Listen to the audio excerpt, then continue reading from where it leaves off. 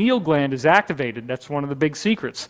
There is a functional third eye inside your brain. We've talked about that in previous videos. When we get to this pineal activation, is there going to be some sort of transfiguration of the earth and the way that things have been going on earth into a happier and more positive age? Now, the human being is a galactic emanation.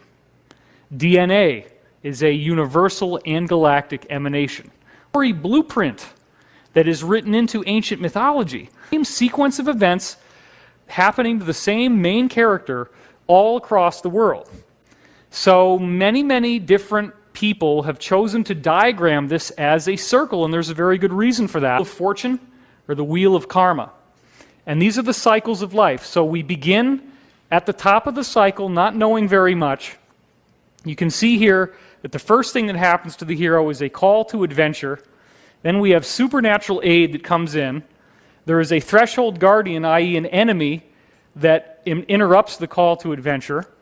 Then as we go through the threshold, this is a magical kingdom that we now enter into.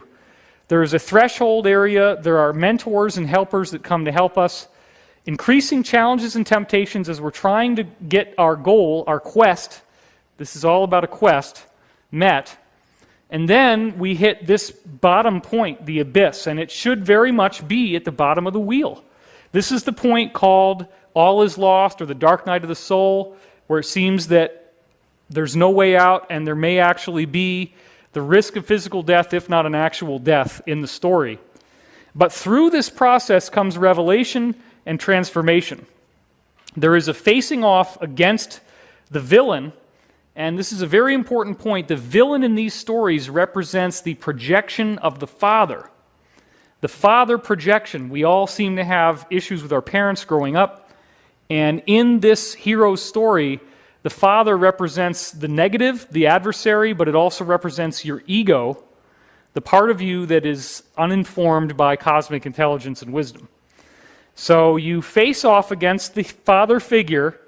You go through this revelation. You understand how to move through that challenge and vanquish the nemesis. But then there's an atonement with the father, a sort of apology and forgiveness. Then you eventually cross back into the known world, and then you have to return to the world you came from. And from that return, you now transform the world for the better.